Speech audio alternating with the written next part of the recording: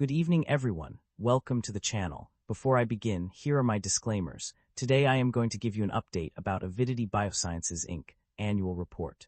Avidity Biosciences Inc. is a biopharmaceutical company that specializes in delivering RNA therapeutics called antibody oligonucleotide conjugates, AOCs. The company's AOC platform combines the specificity of monoclonal antibodies with the precision of RNA therapeutics to target the root cause of diseases previously untreatable. The company has an impressive pipeline of programs, including 3 registrational clinical trials. These programs are focused on treating various rare genetic disorders, such as myotonic dystrophy type 1, facioscapulohumeral muscular dystrophy, and Duchenne muscular dystrophy. Additionally, Avidity Biosciences is developing precision cardiology candidates targeting rare genetic cardiomyopathies. The company's pipeline includes several key programs. Delpacibart etidesiran for the treatment of myotonic dystrophy type 1, Delpacibart braxlacerin for the treatment of facioscapulohumeral muscular dystrophy, Delpacibart zodadirsine for the treatment of Duchenne muscular dystrophy, AOC 1086 for phospholambin cardiomyopathy, AOC 1072 for protein kinase, AMP-activated non-catalytic subunit gamma 2 syndrome. Avidity Biosciences Inc. was incorporated in 2012 and is headquartered in San Diego, California. The company's focus on developing innovative RNA therapeutics has the potential to make a significant impact on the treatment of rare genetic disorders. Avidity Biosciences stock skyrockets, a year of breakthroughs and acquisitions in a remarkable turn of events. Avidity Biosciences, Inc.'s stock has surged by over 150% in the past year, reaching an all-time high of $72.74 in early February 2026. This significant increase can be attributed to several key news events that have bolstered investor confidence and solidified the company's position as a leader in RNA-based therapies. The acquisition agreement with Novartis, announced in late October/November 2025, has been a major driving force behind Avidity Biosciences' stock price growth. The planned $12 billion acquisition, which includes a spin-off of the company's early-stage precision cardiology programs into Atrium Therapeutics, Inc., has instilled confidence in investors and paved the way for future growth. Furthermore, the publication of positive clinical trial results for Delpacibart etidesiran, Del-desiran, in myotonic dystrophy type 1, DMON, has been a significant milestone for the company. The Phase 1/2 MARINA trial demonstrated promising outcomes, including a 40% mean reduction in DMPK mRNA and improvements in muscle function and patient-reported outcomes. Additionally, Avidity Biosciences' recent upsized public offering of common stock, which raised approximately $651.4 million, has provided the company with the necessary capital to advance its clinical programs and operations. The launch of a managed access program for Delpacibart zodadirsine in Duchenne muscular dystrophy, DMD, patients further underscores the company's commitment to delivering groundbreaking treatments. The collective impact of these events has solidified Avidity Biosciences' position as a leader in RNA-based therapies, driving strong investor confidence and propelling its stock price to new heights. As the company continues to advance its clinical programs and operations, investors remain optimistic about its future prospects. Avidity Biosciences, Inc. maintains a market capitalization of $11 billion, broadly in line with the industry peer group. Avidity Biosciences, Inc. trades at a higher price-to-book ratio of 5.67 times relative within the industry. While the stock does not screen as absolutely cheap, mixed valuation signals relative to industry peers prevent a definitive conclusion. With the broader industry trading at lower valuation levels, this may reflect transitional pricing dynamics rather than clear mispricing, warranting further analysis of earnings quality, growth sustainability, and balance sheet strength. The balance sheet appears very conservative, with liabilities representing only 9% of total assets.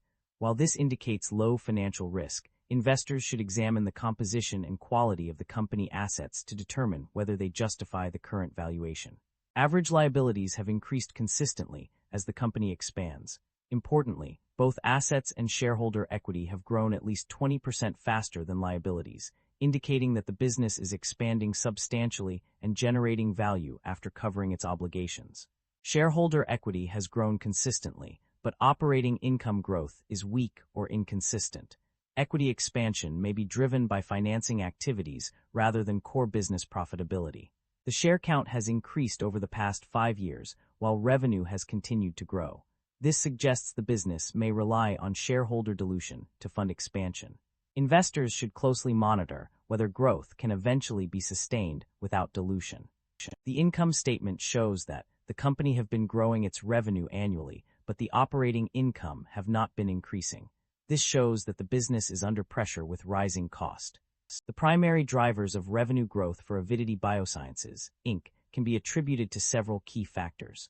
Upfront payments from collaboration agreements, such as the $100 million received from BMS agreements, have significantly contributed to revenue growth. Additionally, milestone payments from these collaborations, which can reach up to $1.35 billion in research and development milestones and up to $825 million in commercial milestones, have also played a crucial role. Royalties on net sales of licensed products have been another significant driver of revenue growth, with tiered royalties ranging from mid-single to low double digits. Furthermore, the exercise of 2024 pre-funded warrants and underwritten public offerings of common stock have provided additional revenue streams. The sale of unregistered shares to BMS under the BMS purchase agreement has also contributed to revenue growth. On the other hand, the primary drivers of revenue decline for Avidity Biosciences Inc. include a slight decrease in revenues earned under the BMS agreement and increased external costs associated with clinical trials and preclinical studies. Higher internal costs, including personnel costs, have also been a contributing factor to revenue decline. The net income of the company experienced a significant decline between 2024 and 2025, decreasing by $362.3 million. This downturn can be attributed to several factors, including reduced Medicare reimbursement and other healthcare funding, increased downward pressure on prices from reference pricing systems, implementation of cost containment measures, and ongoing net operating losses. The profit margins of the company are not applicable due to its history of significant operating losses since inception. However, potential risks to profit margins exist, such as dependence on third-party manufacturers, manufacturing delays or failures, limited number of capable manufacturers under CGMP regulations, and increased costs from remedial measures. Additionally, the need to reduce costs in other areas of the business may impact profit margins due to increased expenses from operating as a public company. The company's debt level has seen a significant increase in recent years. According to the financial data, total liabilities rose from $138.9 million in 2024 to $269.5 million in 2025, indicating a substantial growth of over $130 million. Furthermore, lease liabilities also increased significantly, rising from $2.96 million to $45.3 million. However, despite this notable increase in debt levels, there is no clear indication that interest expenses have changed significantly. The financial data does not provide explicit information on interest expenses for either 2024 or 2025. While interest income did decrease slightly from $56.9 million to $63.3 million, this change is likely due to the increased debt level rather than a reduction in interest expenses.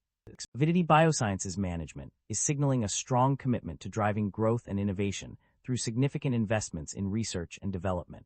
The company's focus on expanding operations and investing in growth initiatives, such as collaborations with major pharmaceutical companies like Bristol-Myers Squibb and Eli Lilly, suggests a strategic approach to achieving its goals. While the financial performance of the company indicates potential challenges ahead, including a net loss of $684.6 million for the year ended December 31, 2025, management's emphasis on growth initiatives and collaborations with industry leaders implies confidence in the company's ability to overcome these challenges and achieve long-term success.